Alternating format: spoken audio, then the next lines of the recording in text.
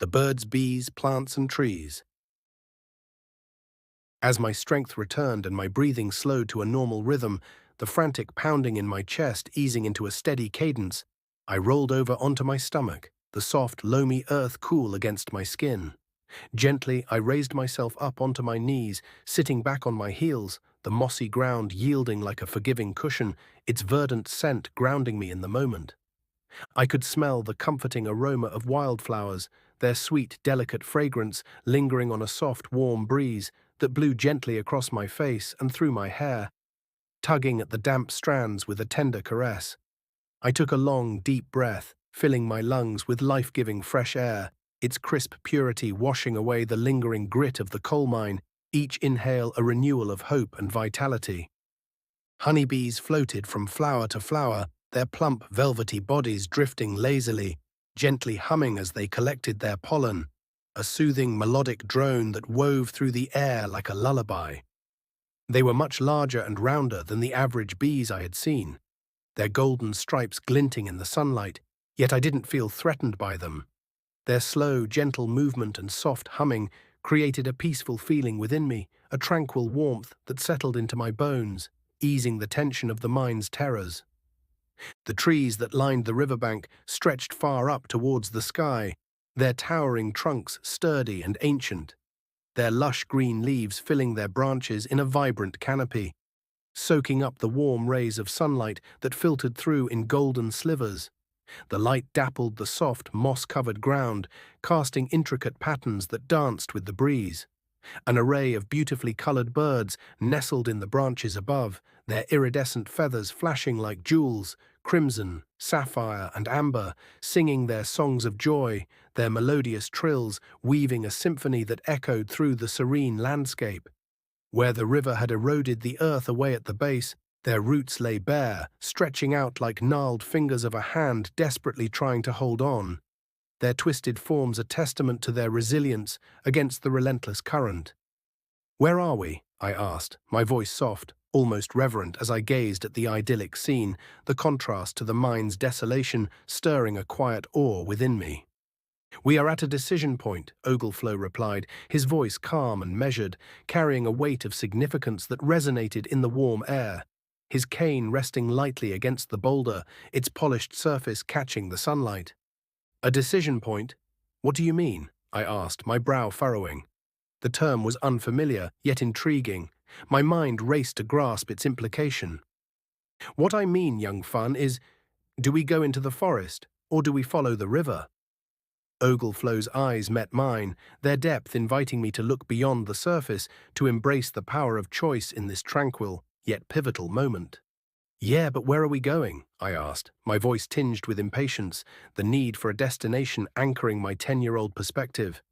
"Where are we going?" "Why, young fun, we are going everywhere and nowhere."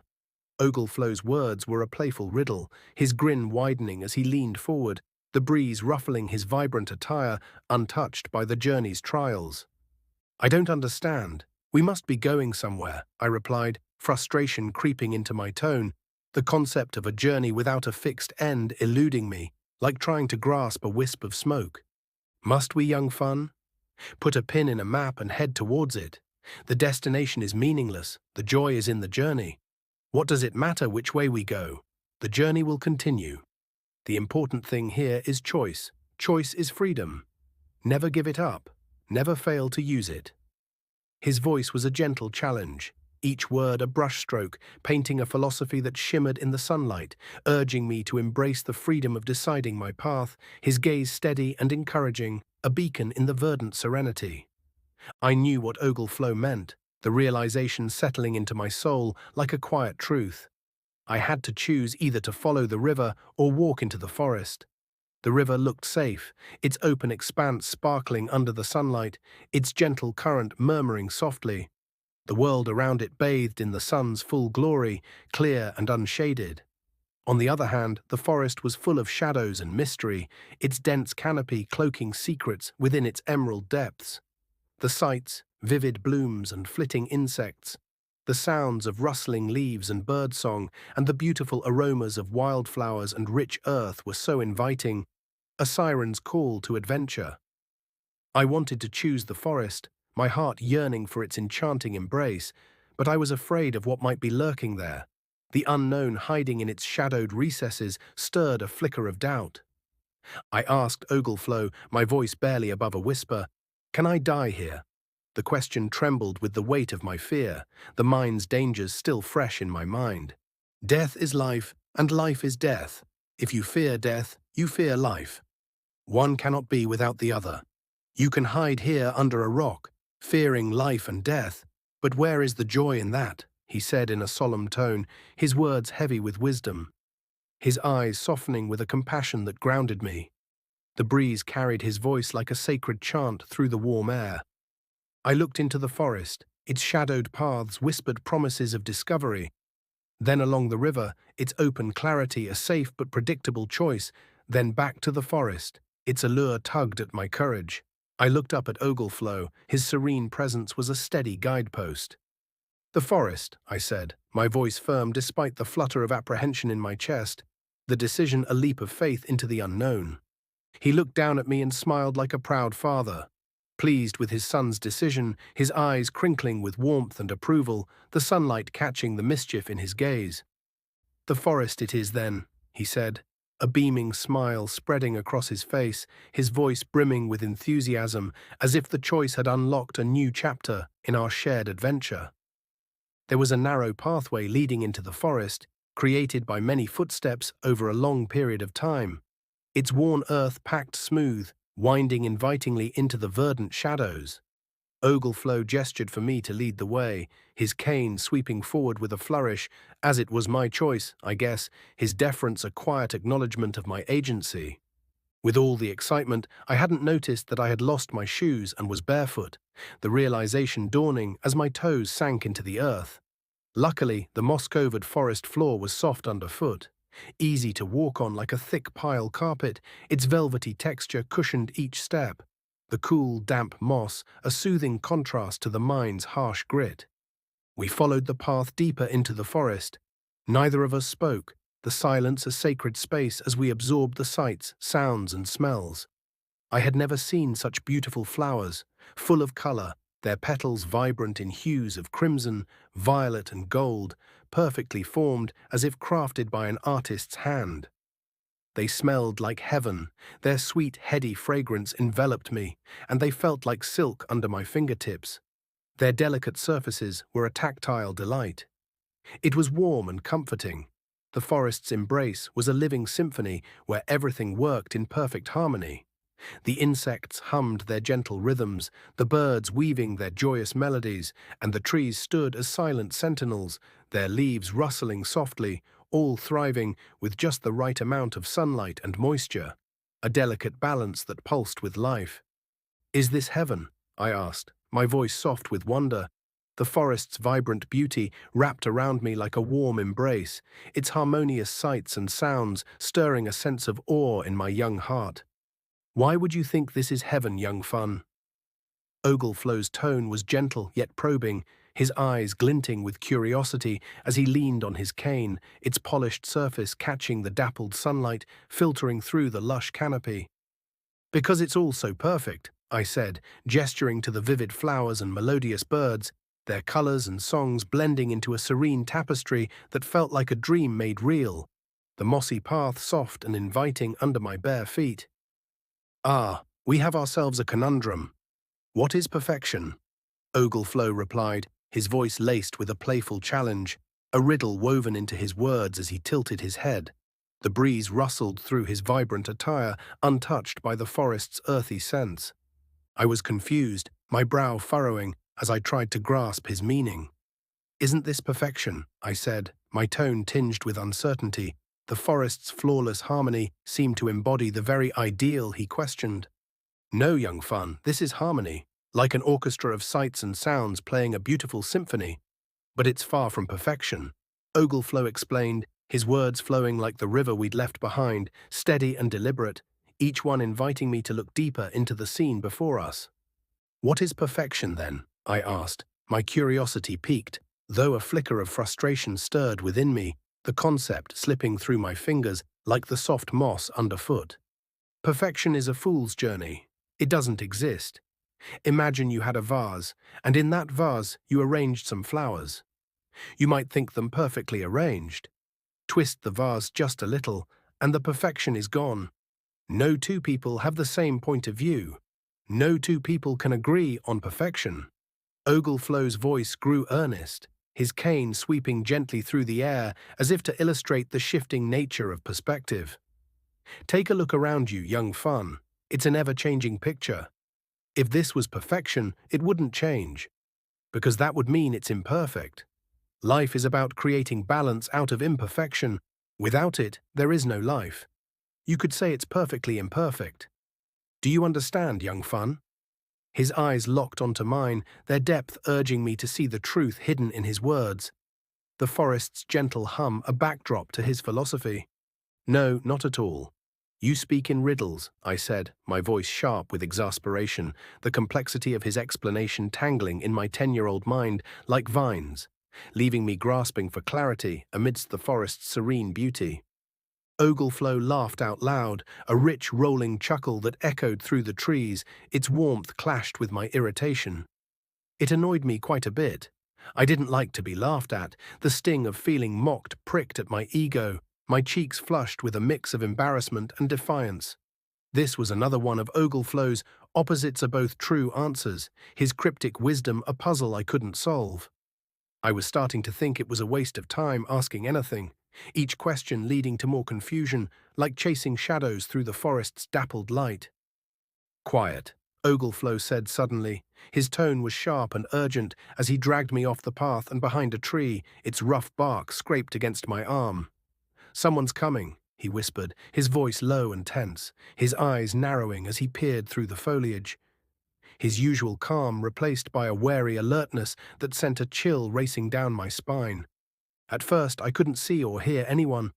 The forest's gentle symphony of birdsong and rustling leaves remained unchanged, and I almost stepped out from behind the tree, my curiosity outweighing my caution.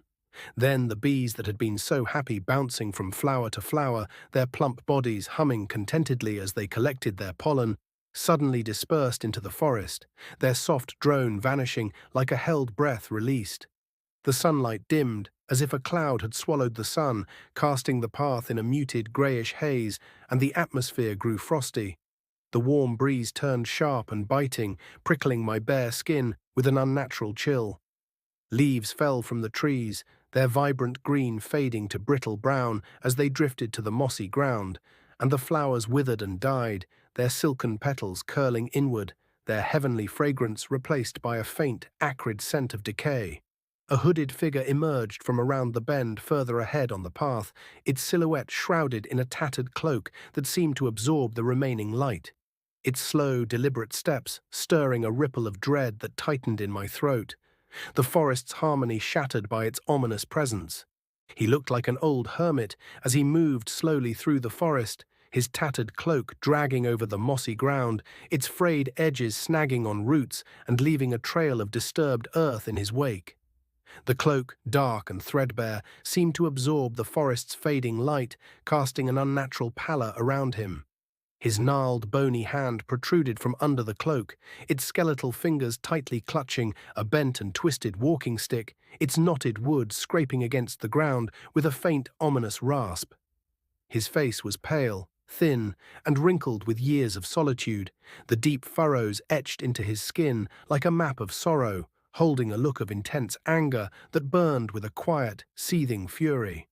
His dark, ringed eyes scanned the trees, their hollow depths glinting with a desperate hunger, as though searching for something lost, their gaze piercing the forest's shadows like a predator's. Behind him, a flock of crows swooped and cawed, their raucous cries slicing through the air, casting an worrying shadow over the forest floor, their black wings beating in chaotic unison as if they were his watchful companions, harbingers of his grim presence. A large, scruffy goat followed faithfully at his heels, its matted fur clotted with burrs, its bell faintly jingling with an odd discordant rhythm that clashed with the eerie symphony of squawking birds and rustling leaves, each chime a haunting note in the forest's unraveling harmony. Death surrounded him as he moved through the forest, an aura of decay trailing in his wake, followed closely by his goat, its heavy hooves crunching the withered foliage.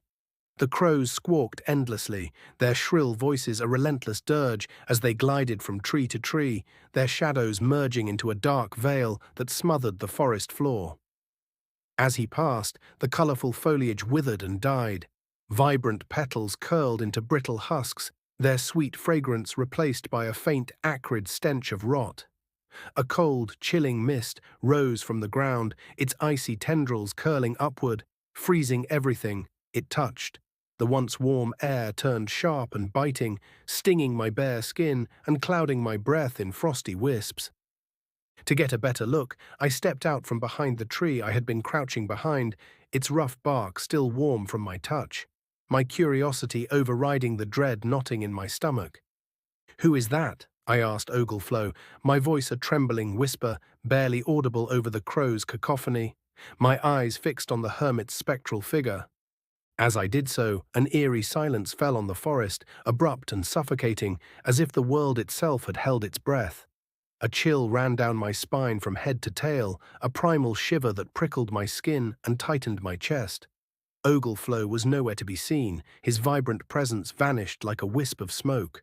I looked left, then right, my head whipping frantically, and in desperation I called out his name as loudly as I dared, my voice cracking with panic, swallowed by the forest's oppressive hush. A single crow landed on the branch just above my head, its talons gripping the wood with a soft scrape, staring at me through dark black eyes that gleamed with an unsettling intelligence. I was transfixed, frozen in place, my heart pounding as I stared back, caught in its unblinking gaze. The crow spread its wings wide, their glossy feathers shimmering faintly, and screeched a loud, deafening scream that echoed through the whole of the forest, a piercing wail that reverberated through the trees, shaking loose a cascade of dead leaves and sending a jolt of pain through my skull. I covered my ears with my hands, the sound was excruciating, and I screwed my eyes tight shut, my body curling inward as I fought the urge to scream, the agony threatening to burst my eardrums. Suddenly, I was dragged backward into a nearby bush, its thorny branches snagging at my clothes as I stumbled. A hand covered my mouth just as the hermit's goat barreled headfirst into the tree where I had stood, its massive horns slamming into the trunk with a thunderous crack, knocking the bark clean off in a shower of splinters. The strike was so powerful it vibrated up through the trunk of the tree, a deep tremor that spread out to the branches, shaking loose the last of the dead, dry leaves, their brittle forms drifting to the ground like ash. I was afraid to move, even just a little. The slightest pressure, the faintest rustle of leaves would alert the goat to my presence. My breath was shallow and ragged, trapped in my throat as I pressed myself deeper into the bush's prickly embrace. My eyes, wide with fear, locked onto the goat, its looming presence overwhelming. Up close it seemed enormous, its compact, muscular body radiating raw power, its huge, sturdy horns protruding from the top of its skull, their curved tips glinting menacingly in the dim light. As it lifted its head, sniffing the air, I could see its cold, yellow, emotionless eyes, their slit pupils scanning the underbrush with a predatory focus, searching for me, each movement deliberate and threatening, its coarse fur bristled with intent. Someone had hold of me, and it wasn't Ogleflow, the realization sending a fresh wave of panic through me. I tried to turn my head to see who it was, my neck straining against their grip, but they tightened their hold, their fingers digging into my skin, and whispered in my ear, "Stay still." The voice low and urgent, laced with a tension that mirrored my own, the words barely audible over the pounding of my heart. I held my breath as the goat started to move in my direction, its heavy hooves crunching the dry dead leaves with deliberate slowness, each step a hammer blow against my fraying nerves. It was so close I could hear its cold, steamy breath exhaled through its nostrils, a rhythmic huff that carried the musky scent of its matted fur, the sound chillingly intimate in the forest's deathly silence. A distant cry called out its name in a rough, croaky voice, jagged and raw, cutting through the mist. "Butthead," it screamed. I don't know whether it was my heightened anxiety and fear, the absurdity of the name, a surreal jolt amidst the terror, but I wanted to burst out laughing, a hysterical giggle bubbling up in my chest, threatening to betray me. Whoever had hold of me clamped their hand around my mouth, so tight I could barely breathe, their grip unyielding. The pressure grounding me as I fought to stifle the urge to laugh, my lungs begged for air. The goat moved off into the forest, back towards the hermit, its bell jingling faintly as it retreated, and the crunching of dry leaves under its hooves faded into the distance, a receding echo in the frosty air. My captor waited until they could no longer hear the crunching of dry leaves under the goat's hooves, and the forest's silence settled like a heavy shroud before they released their grip on me, their hand lingering briefly as if to ensure my stillness, the sudden freedom leaving me trembling in the bush's thorny embrace, my heart still racing with the aftershocks of fear. As soon as I was free, I spun around, my heart still racing from the goat's near attack to see who had been holding me down. The bush's thorny grip relinquished me with a faint rustle. To my surprise, it was a young girl, her presence as startling as a burst of sunlight in the forest's shadowy depths. She looked about 17 years old, though she was not much bigger than me. Her slight frame radiated a wild, untamed energy. She had long brown hair tied back into a ponytail, its rich chestnut strands catching the dappled light, shimmering with hints of gold as they swayed gently. Her large brown eyes were warm and luminous, like polished amber. They met mine with an intensity that instantly melted my heart. Their depth stirred a flutter in my stomach. Her skin was pale, almost luminescent, with light brown lines running through it like the delicate branches of a tree, faint but obvious, weaving an intricate pattern that seemed to pulse with the forest's life. She wore a tight-fitting green and brown dress that ended at the top of her thigh, its earthy hues blending seamlessly with the surrounding foliage. The fabric clung to her like a second skin, accentuating her lithe, graceful form. She was wild and barefoot, her toes sinking into the mossy earth with a natural ease, and I was dumbstruck, my breath catching as I stood frozen, captivated by her untamed beauty. "Who are you?" she said, her voice clear and melodic, like the chime of a distant stream, her eyes narrowing slightly with curiosity as she tilted her head. Stuttering, I replied, "You are a girl." The words tumbling out in a clumsy rush, my face flushing with embarrassment as my 10-year-old mind grappled with the overwhelming presence before me. She stared at me, bemused, her lips curving into a faint, amused smile as she studied me closely, her gaze both gentle and piercing. Even at 10 years old, I knew what a beautiful girl was. And they terrified me, their allure a mystery that quickened my pulse and tied my tongue in knots. "Let's try again," she said, her tone patient yet teasing, a playful lilt dancing in her words. "What is your name? And what are you doing here?" She stepped closer, the scent of wildflowers and rich earth clung to her, enveloping me in a heady warmth. "Doing here," I mumbled, my voice barely audible, my thoughts scattering like leaves in a breeze. All I could think about was that I had just been in the arms of a beautiful girl. Her touch lingered on my skin, and the warm feeling it gave me made me blush, a fiery heat creeping up my neck and cheeks. She laughed, a soft silvery sound that echoed through the trees, making me blush even more, my embarrassment a tangled knot in my chest. "My name is Meadow, and I live here in this forest. Now, what is your name, and what are you doing here?" she repeated, her voice gentle but firm, her eyes locking onto mine with a quiet insistence that steadied my racing heart. "My name is Finn, and I am here with Ogleflow," I said, managing to find my voice, though it trembled slightly, the mention of Ogleflow grounding me amidst the whirlwind of emotions. "Ogleflow? Not that scoundrel," she exclaimed, her eyes widening with a flash of indignation, her tone sharp and laced with a surprising venom that jolted me. I was shocked by her response, my mouth fell open as I stared at her, my loyalty to Ogleflow surged like a protective tide. To me, Ogleflow was a father figure, his enigmatic wisdom and steadfast presence a beacon through the chaos of our journey. "What do you mean?" I asked, my voice tinged with defensiveness, my brow furrowing as I tried to reconcile her words with the Ogleflow I knew. Meadow took hold of my hand, her touch warm and surprisingly strong, her fingers intertwining with mine as she led me out of the bush, its thorny branches parting with a soft rustle. To my surprise, the flowers were blooming again, their vibrant petals unfurling in bursts of crimson, violet, and gold. Their sweet, heavenly fragrance filled the air once more. The bees had returned, their plump bodies humming contentedly as they drifted from flower to flower, collecting their pollen. Their melodic drone wove through the forest's renewed symphony. The tree branches were covered in fresh green leaves, their lush foliage rustling softly in the warm breeze, and the birds flew amongst them, their iridescent feathers flashing as they sang their happy songs, their joyous trills echoing through the canopy. I looked around in amazement, my breath catching at the forest's miraculous revival, its vibrant life pulsing as if the hermit's dark presence had never been. How could this happen? I thought, my mind reeling at the transformation, the forest's resilience a mystery that deepened its enchanting allure. What happened to the hermit? I asked, my voice tinged with lingering fear, the memory of his deathly aura and Butthead's charge still vivid in my mind. Don't worry about him.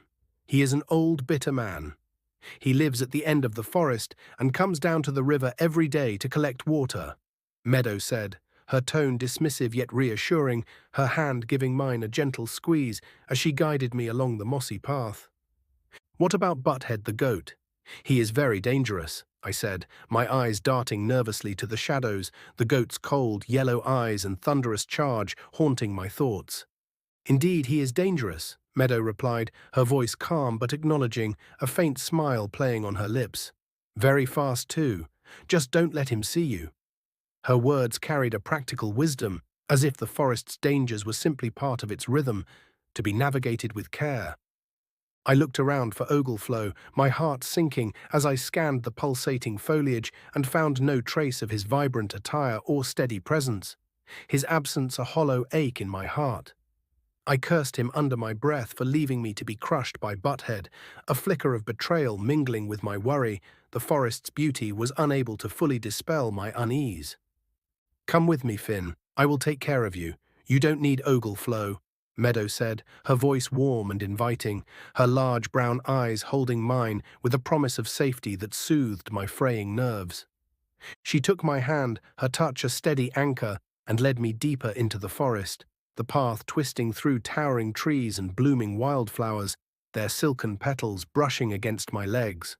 The further we went, the more beautiful the forest became, its colors intensifying into a kaleidoscope of emerald leaves, sapphire birds, and golden sunlight filtering through the canopy, casting intricate patterns on the mossy ground. The air was warm and fragrant, filled with the sweet scent of blossoms and the earthy richness of the forest floor, each breath a balm to my weary soul. I had never been happier than I was at this moment. The forest's enchanting embrace and Meadow's presence weaving a spell of joy that lifted my heart, the trials of the mine and the hermit's menace fading like a distant dream.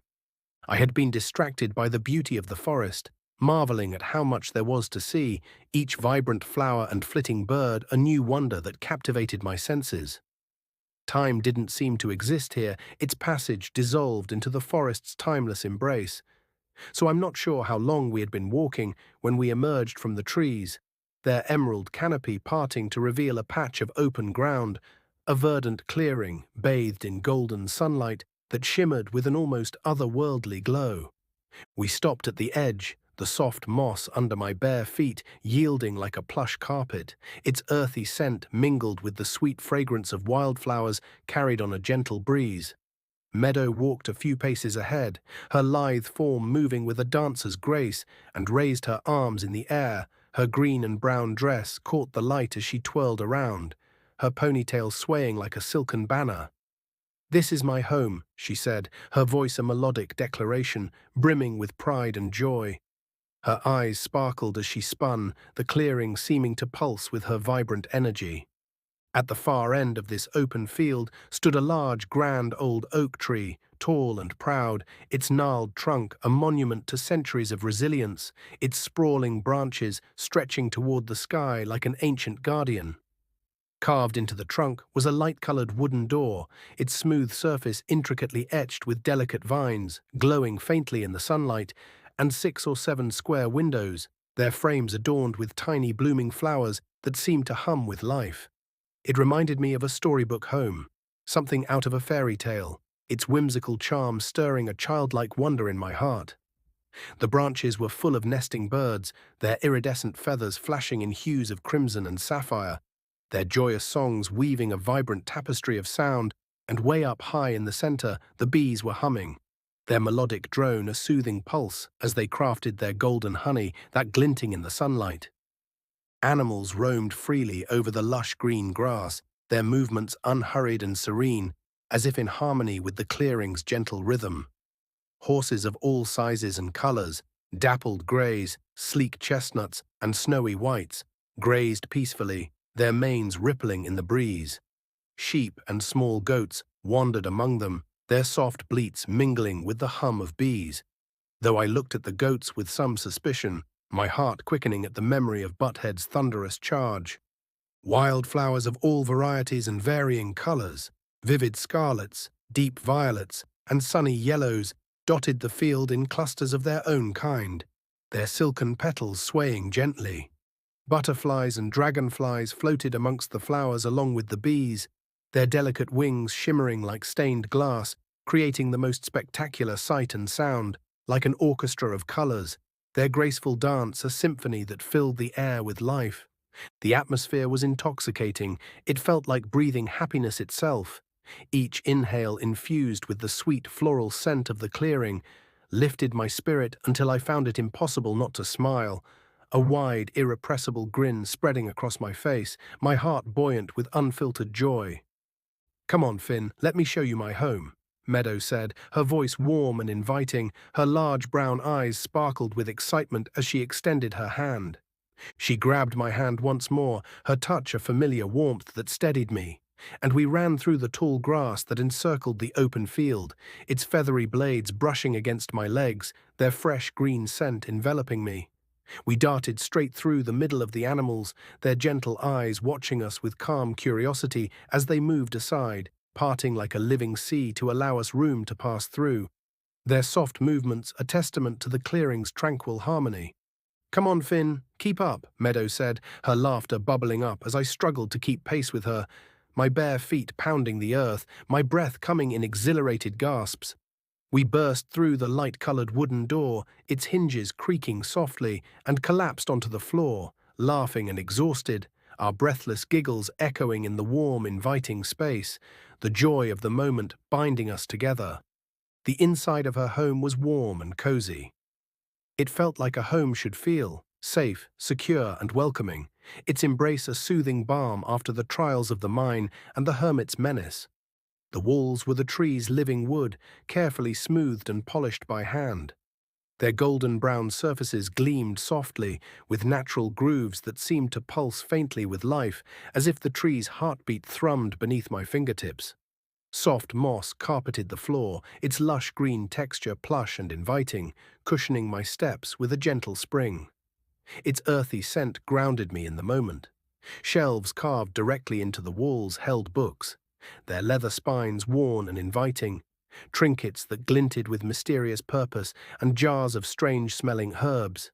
Their pungent aromas, rosemary, lavender, and something wilder, mingled in the air, weaving a tapestry of scent that felt both ancient and alive. A spiraling staircase wound around the walls, its wooden steps polished to a warm sheen, leading up through the hollow trunk to higher rooms illuminated by glowing mushrooms, their soft bioluminescent light casting a dreamy glow, and firefly lanterns, their tiny inhabitants flickering like captured stars. At the very top was the beehive, its golden cones glistening with fresh honey, the liquid dripping unhindered down the open center of the tree trunk, a slow amber cascade that fell into a large wooden bowl, its carved surface smooth and worn, resting in the middle of a round oak table, the heart of Meadow's home. "Your home is beautiful," I said, my voice hushed with awe, the words barely capturing the magic that enveloped me, my heart swelling with admiration for this fairy tale sanctuary. I got to my feet, my legs still tingling from our run, and moved around Meadow's magical home, running my hands across the walls and furniture. Their warm, living wood pulsated like a beating heart under my touch, its life force a quiet, vibrant hum that resonated in my chest.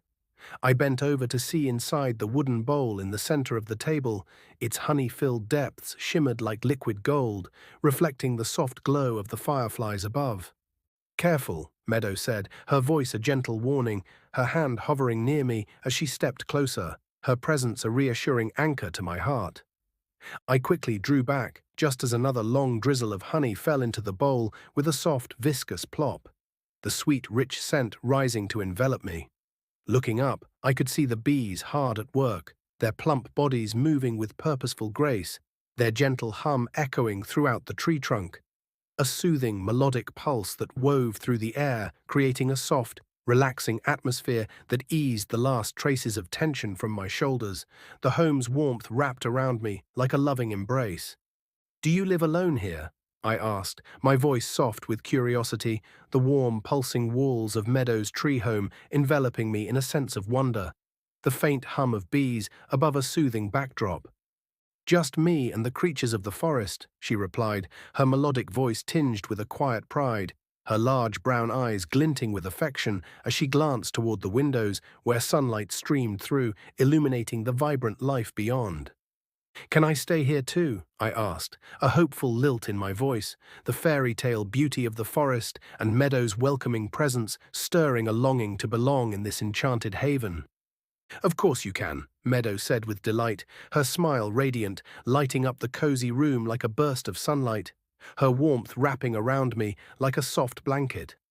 She kissed me on the forehead, her lips gentle and warm, leaving a faint trace of wildflower scent, and said, "I will make us something to eat."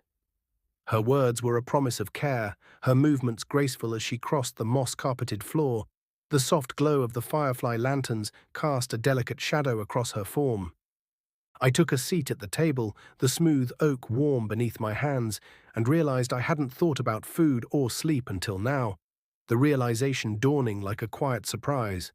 I had been so busy running for my life, through the mind's flooding chaos and the hermit's menacing shadow, that I never gave it a second thought, my body driven by instinct and adrenaline, oblivious to its needs.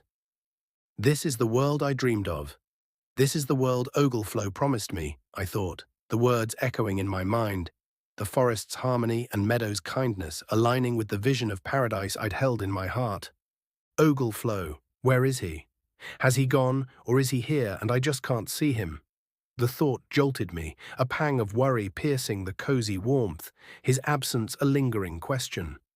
Then I remembered Meadow referring to him as a scoundrel, her sharp words still ringing in my ears, and she never told me why, the mystery gnawing at me like an itch I couldn't reach. Meadow returned with a tall glass of milk, its creamy surface shimmering in the soft light, and 2 thick slices of warm bread coated with delicious honey. The golden spread glistened like liquid sunlight, its sweet, rich aroma filled the air. She placed them in front of me with a gentle smile and settled into the chair next to me. Her presence was a quiet comfort as she silently watched me eat. I glanced at her several times, my eyes darting shyly as I tucked into this most welcome meal.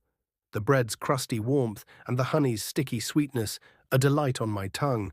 The milk cool and refreshing, washing away the lingering grit of the journey.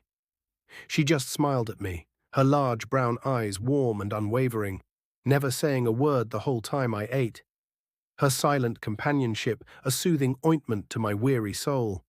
When I had eaten the thick slices of honey-coated bread and drank the last drop of delicious milk, its creamy richness lingering on my lips, Meadow picked up the empty plate and glass, her movements gentle and deliberate, and kissed me on the forehead again, the gesture tender and maternal that stirred a warmth in my heart that felt like home.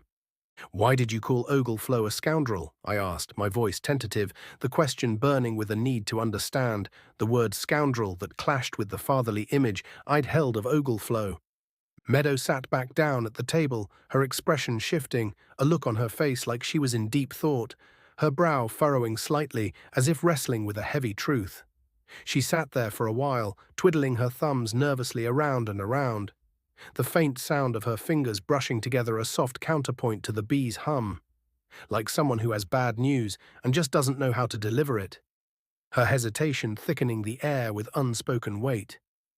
"Look, it's like this, Finn," she said, pausing for a moment, her voice low and careful, as if choosing each word with precision. She continued, Ogleflow isn't your friend. Her eyes met mine, searching, trying to gauge my reaction, their warm depths clouded with a reluctant resolve. I was shocked, my breath catching as her words landed like a blow, my heart recoiling at the betrayal. Until now, I had considered Ogleflow as a father figure, his enigmatic guidance and unwavering presence a lifeline through the chaos of our journey. No one had ever paid that much attention to me before. I had to ask, what do you mean by that? My voice trembled, a mix of disbelief and desperation, my hands gripping the edge of the table, the wood's pulsing warmth a faint comfort. Meadow got up from the table, her movements slow and deliberate, and walked across the room, her bare feet silent on the mossy floor. She stared out of a window, her back to me, her silhouette framed against the golden sunlight streaming through, her ponytail swaying slightly as she gathered her thoughts. Ogleflow has no home, he has no roots. All he cares about is the journey, traveling from one reality to another, causing mayhem wherever he goes. But he can't do it alone. He needs a vehicle to travel by. And I'm sorry to say it, Finn, you are that vehicle. He is using you to create whatever it is you are creating. Her voice was steady but laced with sorrow, each word a stone dropped into the quiet stillness, rippling through the cozy warmth of the tree home, shattering the trust I'd placed in Ogleflow. But he said I could find my mother and father here. He promised me, I said, my voice breaking as tears welled up in my eyes, hot and stinging. The hope I'd clung to crumbling like the miner's coal-formed body, the pain of betrayal a sharp ache in my chest. Listen, Finn, you stay here with me, in this beautiful forest. You can plant your roots here. Everything in the forest has roots. The forest can't survive without them, and neither can we. You need to belong somewhere, Finn. Meadow's voice was gentle, a soothing invitation, her words painting a vision of stability and belonging that tugged at my wounded heart. The forest's vibrant life, a promise of sanctuary. But what about my parents? I asked, my voice barely a whisper, the question heavy with longing, the dream of reuniting with them flickering like a dying ember. Meadow came back and sat next to me at the table, her presence a welcome comfort. She took hold of my hands, her touch was warm and grounding, her fingers intertwining with mine. She looked me in the eyes, her large brown eyes filled with compassionate resolve.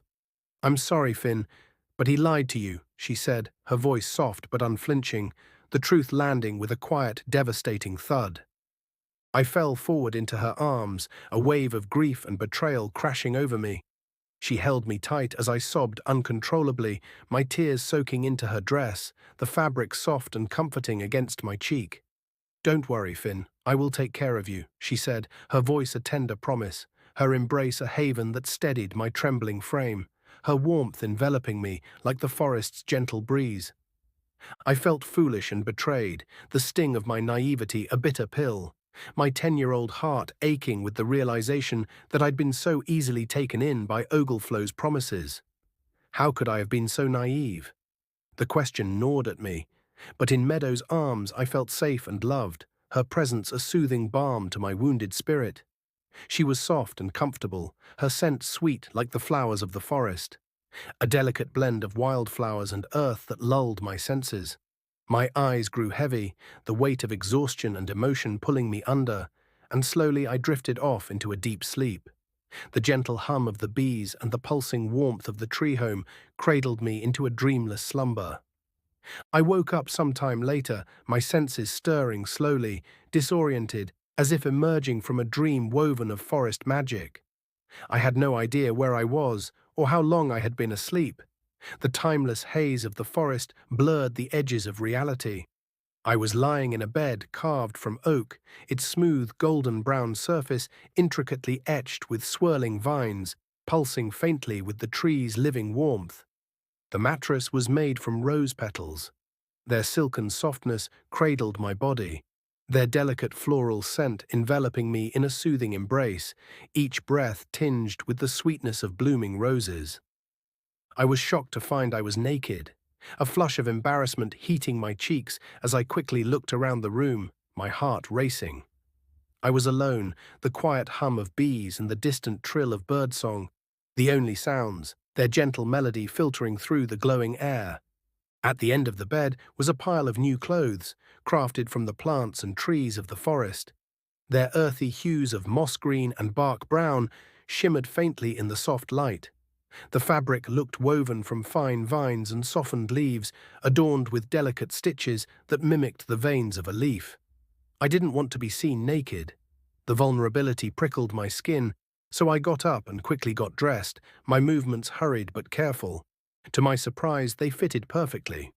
The clothes soft and flexible, molding to my body like a second skin, their lightweight texture cool and breathable, carrying the faint, earthy scent of the forest itself. The bees were humming, their melodic drone a comforting pulse echoing through the tree home. The birds were singing, their joyous melodies weaving through the air, and the sun was shining, its golden rays streaming through the square windows, casting intricate patterns on the polished wooden walls. Everything seemed the same, apart from my location, the serene harmony of Meadow's home wrapping around me like a warm, familiar embrace. I was in a bedroom just above ground level, the air warm and fragrant with the scent of living wood and distant wildflowers. I looked over the balcony, down onto the floor below, where the round oak table stood. Its surface gleamed softly, the wooden bowl of honey catching the light. I could see the table I had been sitting at, its memory tinged with the sting of Meadow's revelation about Ogleflow. But there was no sign of Meadow, her absence a quiet ache in the cozy space. I hurried over and looked out the window at the far end of the room, its frame adorned with tiny blooming flowers that seemed to hum with life. Outside, on the lush green grass, I could see Meadow playing with a puppy, her laughter a silvery chime that danced through the air, her lithe form moving with effortless grace as she tossed a stick. A warm feeling started in my belly, a radiant glow that quickly traveled throughout my body, sparking a smile that felt as natural as the sunlight itself. Excitedly, I ran down the stairs, the spiraling wooden steps smooth and warm under my bare feet, their gentle creak a soft accompaniment to the bees' hum. I burst out of the front door, running as fast as I could go. The light-colored wooden door swung open with a welcoming groan.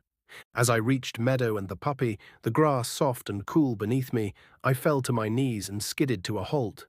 My momentum carrying me forward in a joyful tumble, the earthy scent of the field enveloping me like a soft blanket. "It's a puppy," I exclaimed, my voice brimming with unrestrained delight, my eyes wide with wonder as I gazed at the small creature, its playful energy a burst of life in the tranquil clearing. I had never seen a puppy up close before, its presence a dream I'd long held in my heart. As a young boy, like all young boys, I had always wanted one, the longing a quiet ache from my past. Auntie M had refused so adamantly the first time I had asked for a puppy, her stern voice echoing in my memory, that I never found the courage to ask again, the rejection a wound I'd buried deep. "He's yours," Meadow said, her voice warm and generous, her large brown eyes sparkling with a knowing joy as she watched my reaction, her smile a beacon of kindness in the sunlight's golden glow. "Really?" I shouted with excitement, my voice cracking with disbelief and elation, the words tumbling out as my heart soared, the gift of the puppy a treasure beyond imagining. I scooped the puppy up in my arms, his small body wriggling with boundless energy, his tail wagging furiously, a soft rhythmic thump against my chest. I pressed my face against his, hugging him tightly, his warm, furry cheek brushing mine, his playful yips a melody that filled the air with joy. Meadow got to her feet, her movements graceful as she brushed grass from her dress and smiled, her expression tender and approving, then left me alone to play with the puppy, her quiet departure giving me space to savor the moment, the clearing's vibrant life a perfect backdrop to our bond. He had a slightly scruffy look, his fur soft and plush, a mix of earthy tones, warm browns, soft greys, and hints of tawny gold that blended with the forest's palette, as if he were born from its very essence. His most standout feature was a dark patch around one eye, like an ink smudge, giving him a roguish charm that tugged at my heart. His ears would stand to attention at the slightest sound, their velvety tips twitching with curiosity. His eyes sparkled with mischief, their bright amber depths glinting with an infectious energy as he bounced around, his small paws kicking up tiny puffs of grass, full of a vitality that mirrored my own excitement. I loved him straight away. The connection was immediate and profound. I decided to call him Smudge, the name fitting his quirky, endearing appearance like a glove, a name that felt like it had always been his. Looking back, it seems like a fairy tale, a beautiful dream woven from the forest's vibrant threads, its colors and sounds etched into my memory like a storybook brought to life. Meadow was like a big sister to me, caring and loving, her gentle presence a constant source of warmth, her laughter a melody that danced through the tree home's golden air. What more could I ask for? She explained to me about the birds and the bees, her voice soft and patient, describing how life is created by the coming together of the male and female of a species, her words painting vivid images of nature's delicate dance. She spoke of how the bees pollinate the flowers, their plump bodies dusted with golden pollen, rewarded with nectar's sweet embrace, and how existence repeats itself through cycles of life and death, an eternal rhythm pulsing through the forest's heart. I'm not sure that I was quite ready for these types of conversations, having just turned 10, my young mind grappling with concepts that felt too vast, too grown up. I remember not being able to look Meadow in the eye, my cheeks flushing with a shy heat that crept up my neck, my gaze darting to the mossy floor or the glowing mushrooms on the walls. She found my blushing quite amusing, her silvery laugh ringing out, teasing yet kind, her large brown eyes sparkling with a playful warmth that both comforted and flustered me, leaving me caught between embarrassment and affection. I was happy for a long while, the forest's timeless serenity wrapping around me like a soft, sunlit blanket. But it was hard to keep track of time here, each day blending seamlessly into the next, a gentle blur of warmth and harmony. Every day felt the same. The sun was always shining, its golden rays filtering through the lush canopy, casting intricate patterns on the grass. The bees were always humming, their melodic drone a constant pulse weaving through the air, and the birds sang their happy songs, their iridescent feathers flashing as they flitted among the branches, their joyous trills a never-ending symphony. I was playing with Smudge on the grass, his scruffy fur warm under my hands, his mischievous eyes glinting as he bounded after a stick, his playful yips filling the air with infectious energy, when I suddenly noticed a partly built fence around the edge of the field, its wooden posts jagged and new, stark against the wildflower's vibrant hues. That's funny, I thought, a flicker of unease stirring in my chest. I hadn't noticed that before. The fence seemed out of place, its presence a subtle crack in the forest's perfect harmony, a question mark in the idyllic scene. I picked Smudge up, his small body wriggled in my arms, his ink-smudge eye gazing up at me with unwavering trust, and I went looking for Meadow. I found her inside, baking some bread. The warm, yeasty aroma filled the tree home, mingling with the rich, earthy scent of the living wood walls.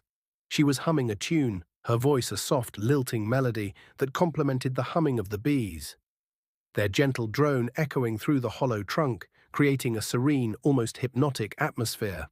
Her ponytail swayed as she moved, her hands deftly shaping the dough, her green and brown dress catching the soft glow of the firefly lanterns. "Are you and Smudge having fun?" she asked, her voice warm and inviting, her large brown eyes meeting mine with a tender smile that radiated care. The sunlight streaming through the windows illuminated her pale, tree-branch-patterned skin. "Yeah, we are having lots of fun," I replied, tickling Smudge under the chin, his tail wagging furiously, his soft fur brushing against my fingers, his playful energy a spark of joy that momentarily eased the unease that nagged at me. "Well, go and get washed up. And when you come back, we can have some warm bread and honey," she said, her tone cheerful, her hands dusting flour from her dress as she gestured toward the bathroom. The promise of food a comforting ritual in the tree home's cozy embrace. I went to the bathroom, its wooden walls smooth and warm, and washed my hands and face.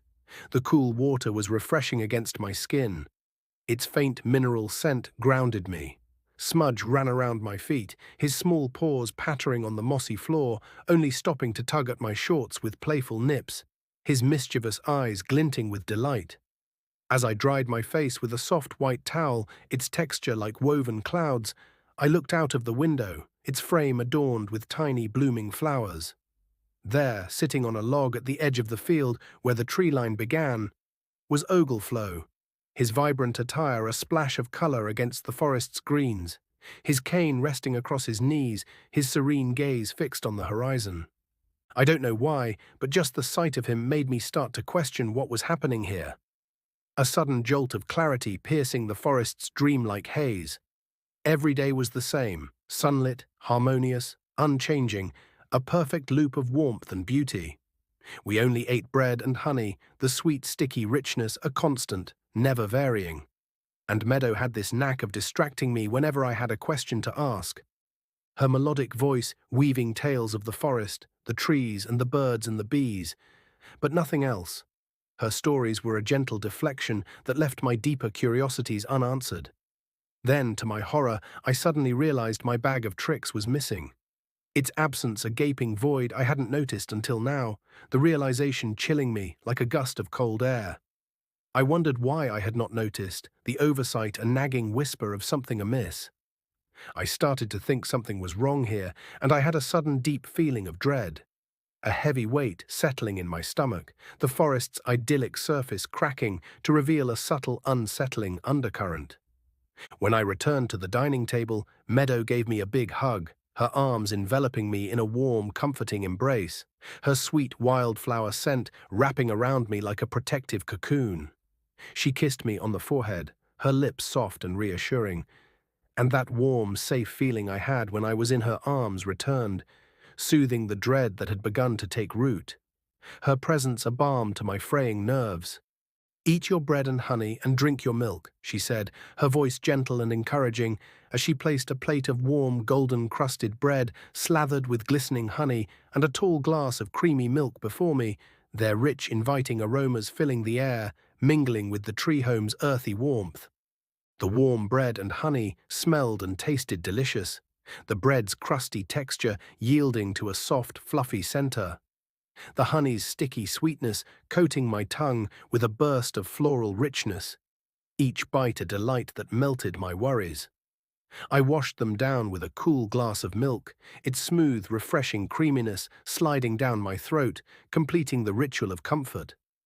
As I savored the meal, the cozy glow of the firefly lanterns and the gentle hum of the bees lulled my senses, and I had completely forgotten about Ogleflow and my bag of tricks, the questions and dread dissolving like morning mist under the forest's enchanting spell, Meadow's care weaving a cocoon of contentment around me once more. It was impossible to judge the passing of time, the forest's timeless enchantment blurring the days into a seamless, sunlit haze, but I did notice the fence increasing in length around the field, its jagged wooden posts creeping steadily, like silent sentinels claiming the vibrant clearing. When I would approach Meadow to ask about it, my curiosity prickling like a thorn, she would distract me, her melodic voice weaving a spell as she pointed out and talked about something beautiful. A butterfly perched on a flower, its iridescent wings shimmering like stained glass in the golden light, or the way the sunlight created a magical scene, its warm rays breaking through the branches of the trees, casting intricate, dancing patterns on the lush grass.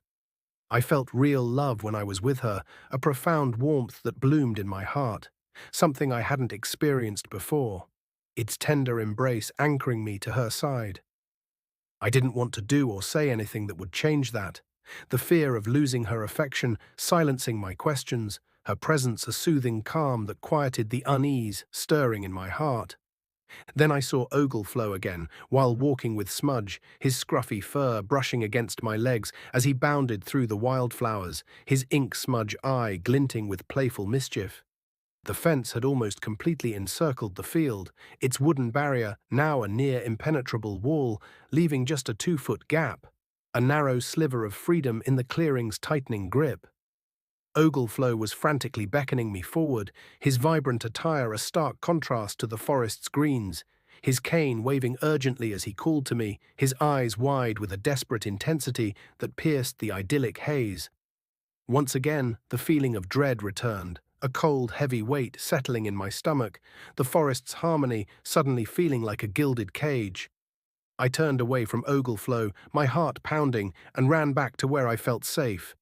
In the arms of Meadow, her warm, wildflower-scented embrace, a sanctuary that promised to shield me from the questions clawing at my mind. "I will make you some bread and honey," she said, her voice gentle and reassuring, her large brown eyes meeting mine with a tender smile as she guided me back to the tree home, the familiar ritual a soothing anchor in the face of my unease. As Meadow prepared the food, her hands deftly slicing warm, golden-crusted bread and slathering it with glistening honey, I turned my head towards a lounge chair that sat nestled in the corner, its woven vine frame cushioned with soft moss. I noticed a piece of string hanging from under the cushion, its familiar texture catching the soft glow of the firefly lanterns.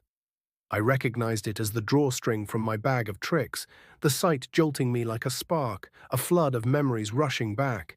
The bag's reassuring weight, its role in our escape from the wizard.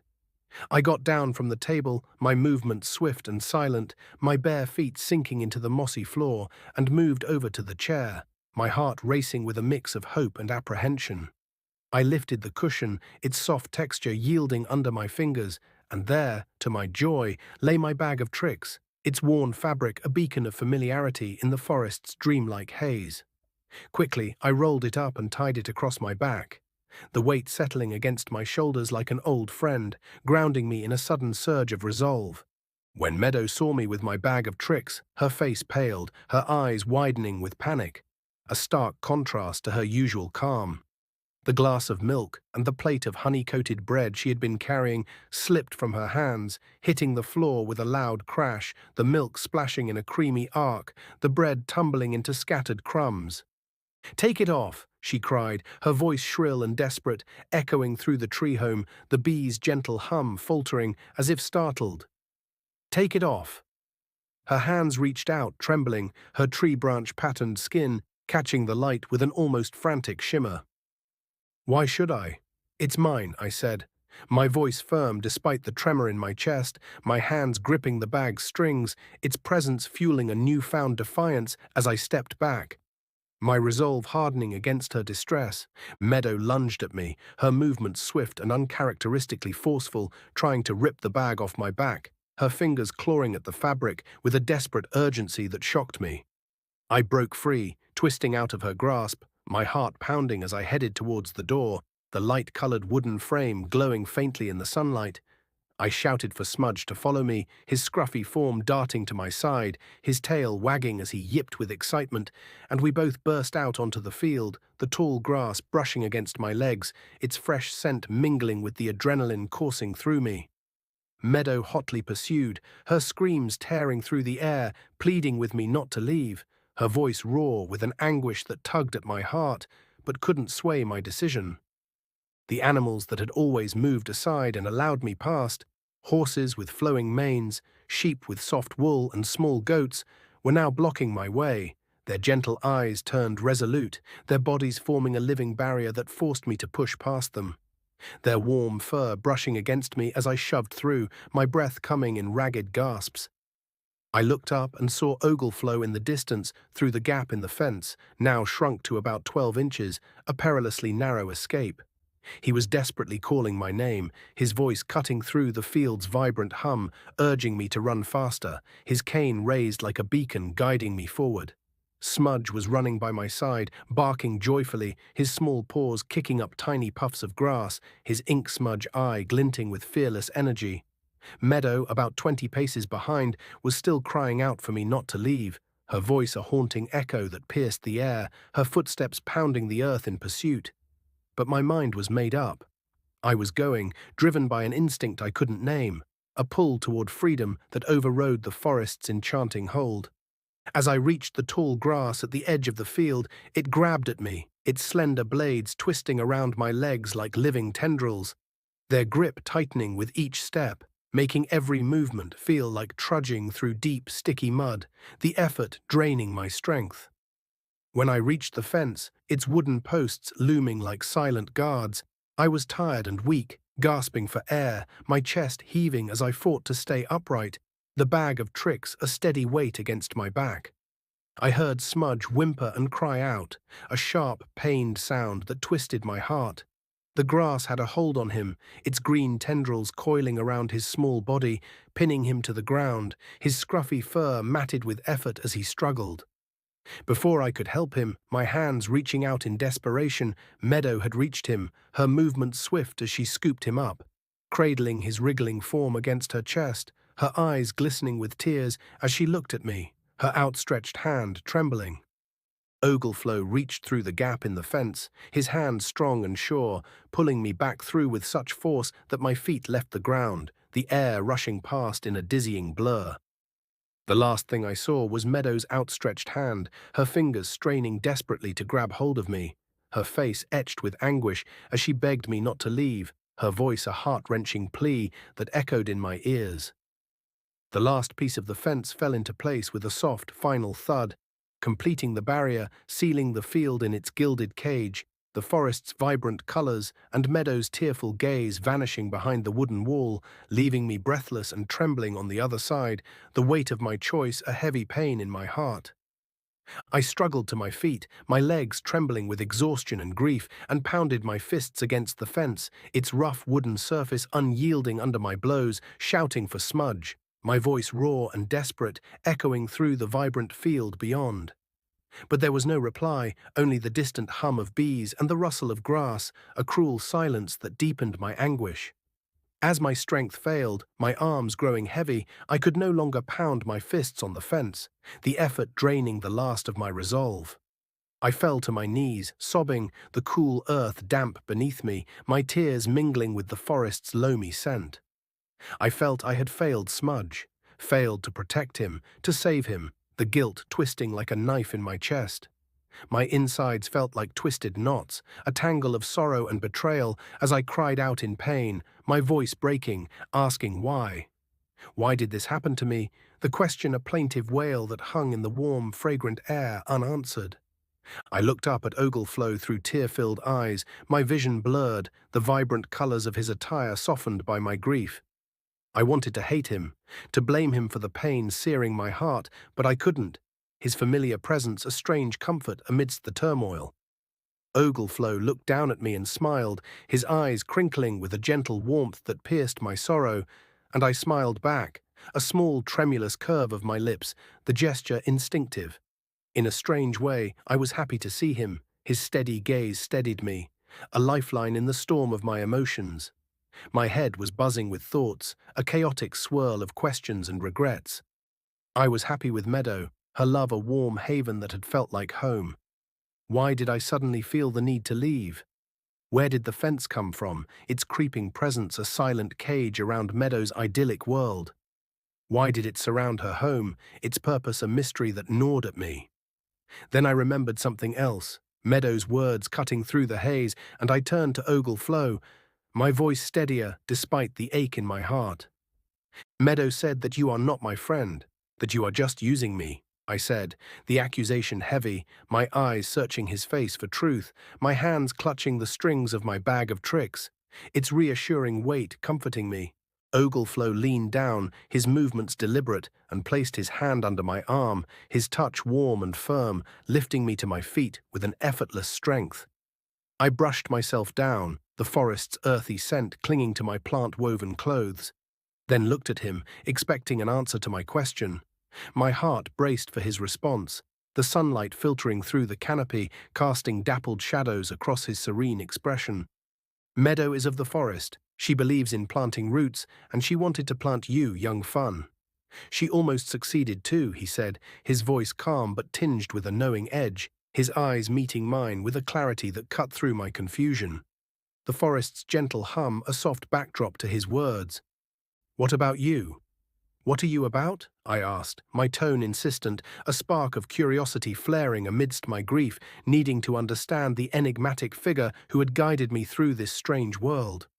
I am about the journey, the adventure, the quest. I cannot stay too long in one place. I must keep moving. We are on a journey together, young Fun, and Meadow almost had you fenced in. Ogleflow's voice was vibrant, infused with a restless energy, his cane gesturing toward the path ahead, his words painting a vision of boundless exploration that stirred something deep within me. But I loved her, and she loved me, I said, my voice cracking, the memory of Meadow's warm embrace and Smudge's playful yips a pang in my chest, the loss still raw. You might think that love is holding on too, but that's not true. True love is letting go, allowing her to be free. Meadow wanted to hold you, keep you, imprison you, he said, his tone gentle but firm, his eyes softening with a wisdom that urged me to see beyond my pain. The forest's vibrant colors a stark contrast to his sobering truth. I don't understand. I was happy with her and Smudge. I could stay there forever, I said, my voice trembling. The idea of eternal happiness in Meadow's idyllic world, a tempting dream, its allure still tugging at my heart. Forever is a long time, young fun. How long before you yearn for something new, something different? It's difficult to uproot from such a place. You can become bitter and twisted, wishing for the way you once were, he said, his voice carrying a quiet warning, his gaze distant as if recalling a truth hard won. The breeze rustling his vibrant attire. What about Smudge? I loved him. Why couldn't he come too? I asked, my voice breaking, the image of Smudge trapped in the grass's tendrils, searing my mind, the guilt a heavy weight on my heart. Do you really want to take Smudge with us, young fun? Where we are going is no place for a puppy. He will be happy with Meadow, he said, his tone gentle but resolute, his eyes meeting mine with a compassion that eased the sting of loss, the forest's birdsong a faint echo of Smudge's joyful barks. So, we are going somewhere then? I asked, a flicker of curiosity piercing my sorrow, the prospect of a new destination stirring a tentative excitement. That's right, young fun. We are going on a journey, and it's time we moved on, he replied, his voice brimming with enthusiasm, his smile wide and infectious, igniting a spark of anticipation in my weary heart. We found our way back to the path, its mossy surface soft under my bare feet, and headed deeper into the forest, the towering trees and vibrant wildflowers stretching endlessly ahead. The birds, the bees, the flowers and the trees all seemed the same, their harmonious beauty a constant symphony of color and sound. But I was no longer captivated by them, their enchantment dulled by the ache of loss and the pull of the unknown. The forest was beautiful, its silken petals and melodious trills still breathtaking, but at this point my desire to move on was far greater than my wish to stay, the call of adventure outweighing the comfort of familiarity. We walked in silence mostly, the only sounds the crunch of leaves underfoot and the distant hum of the forest's life, stopping now and then to hear a bird sing, its crystalline notes piercing the air, or to smell a flower, its sweet, heady fragrance a fleeting delight. Ogleflow beamed with joy as he absorbed the beauty of the forest, his eyes alight with a childlike wonder, his vibrant attire catching the sunlight as he moved with a buoyant grace. For the first time, I understood him, the realization dawning like a quiet sunrise. This was all new to him, just as much as it was new to me. We truly were on an adventure together, experiencing the world's wonders side by side, his thrill at not knowing what was around the next corner, a contagious spark that ignited my own curiosity, a growing excitement for the mysteries ahead. I had asked Ogleflow why Meadow had not disposed of my bag of tricks. The question lingered like a shadow in my mind. He told me it's a part of me, more like a safety blanket than a bag of tricks, its presence a constant anchor in the chaos of our journey. I could never lose it. It would always be somewhere nearby, its worn fabric a tether to my own strength. When I had tied it across my back, its reassuring weight helped me to see the truth of Meadow's home, the creeping fence, the unchanging days, and the need to leave it, its contents more than mere objects. The bag contains what I need, even if it's the need to open my eyes. A subtle magic that sharpened my perception, revealing the forest's gilded cage for what it was. We emerged from the forest into a clearing, the lush greenery abruptly giving way to a stark, desolate expanse that looked like a dried riverbed, about 30 feet wide, its cracked, dusty surface littered with smooth pebbles and brittle twigs. I was shocked to see that on the other side of the riverbed there were no flowers, no leaves on the trees, nothing green at all, the vibrant life of the forest replaced by a bleak, barren wasteland. Long dead thorn bushes, Their gnarled branches, armed with thorns like dragon claws, lined the far side of the riverbed, their twisted forms clawing at the grey, overcast sky. The cry of crows echoed through the dead, lifeless trees, their raucous caws a mournful dirge that sent a chill down my spine, the air heavy with the scent of dust and decay. I knew we were going there, the realization settling like a stone in my stomach, and I was afraid. The stark contrast to the forest's beauty stirring a primal dread, the unknown stretching before us like a shadowed abyss.